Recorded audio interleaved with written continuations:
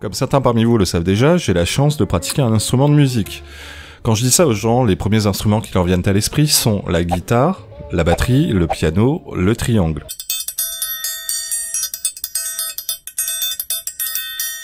Eh bien, c'est raté. Je pratique un instrument bien de chez nous, l'accordéon, appelé également le piano à bretelles, bien qu'il existe des accordéons à touche piano et d'autres à touche bouton. Ça fait longtemps maintenant que j'assume pratiquer cet instrument, mais ça n'a pas toujours été le cas.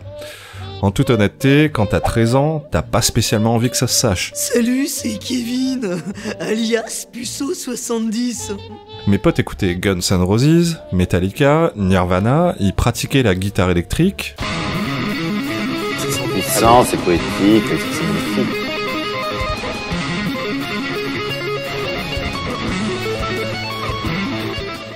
La basse.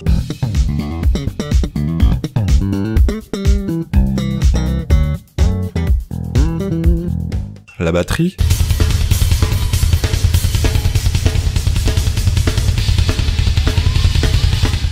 Et moi, je faisais de l'accordéon, la loose, quoi.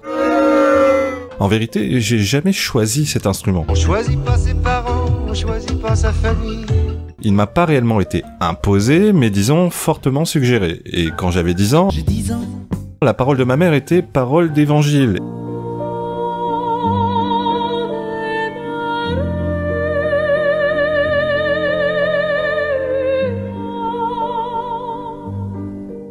Et comme le piano c'était trop cher, et que ma mère kiffait Étoile des neiges,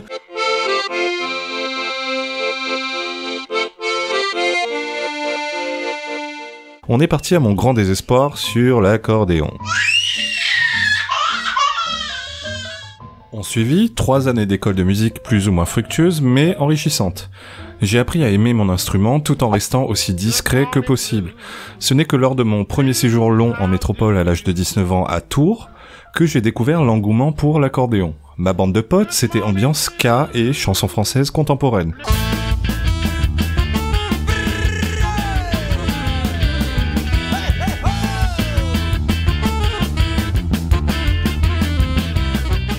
Pour la première fois de ma vie, quand je disais pratiquer l'accordéon, non seulement on ne se moquait pas de moi, mais mieux, je suscitais beaucoup d'intérêt. C'était surréaliste pour moi. Tu es très beau gosse. Ça m'a d'ailleurs permis d'intégrer un groupe de ska au succès international, Los Pitufos, où j'étais à la fois chanteur et accordéoniste. Malheureusement, 6 mois et une dizaine de concerts plus tard dans les caves les plus célèbres de la Cambrousse Tourangelle, le groupe splittait. Oh, quel dommage, Madame Chambier! C'est à partir de ce moment-là que j'ai compris que l'univers d'accordéon ne se résumait pas à la valse-musette et à la guinguette.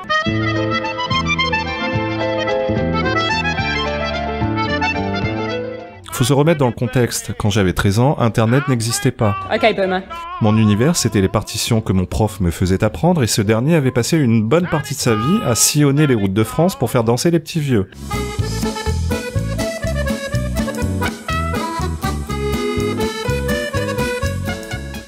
Car non, l'accordéon n'est pas 100% français comme je le croyais à l'époque. Dis-moi pas que c'est pas vrai! L'accordéon est un instrument à vent qui consiste en une hanche excitée par un vent variable Le son du monde m'habite. fourni par un soufflet. Son plus ancien ancêtre serait le sheng chinois qui aurait existé dès 2700 avant Jésus-Christ.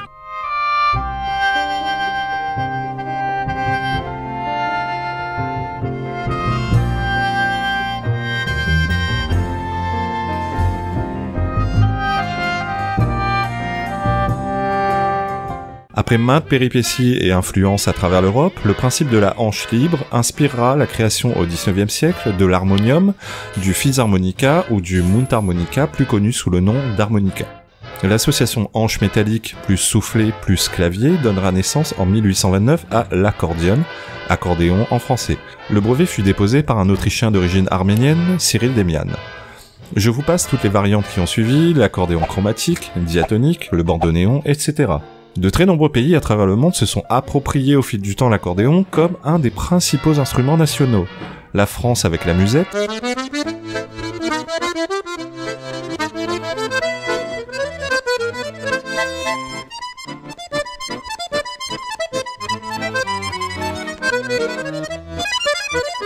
le Brésil dans la région du Sertão,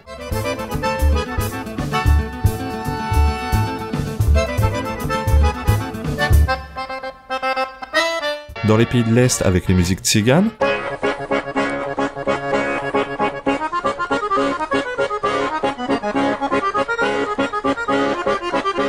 La Russie. Развитали яблони и груши, поплыли туманы над рекой.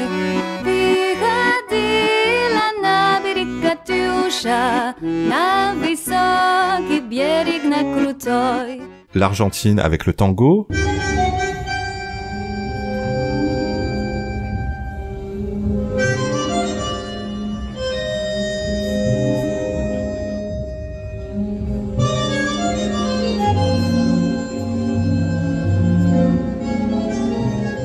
Les États-Unis avec le jazz et le blues, etc.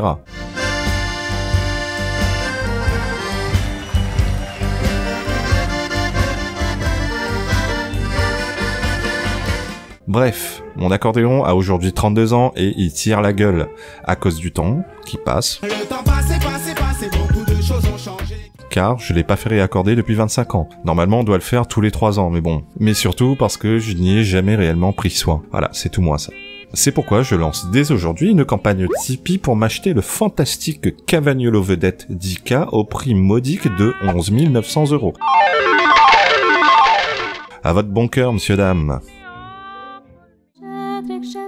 Щедрівочка, прилетіла ластівочка, стала собі щебетати, господаря викликати.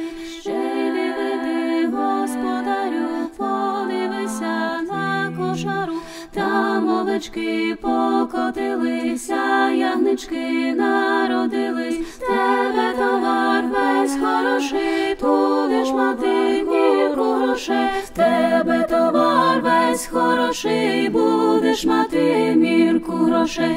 Тебе жінка чорно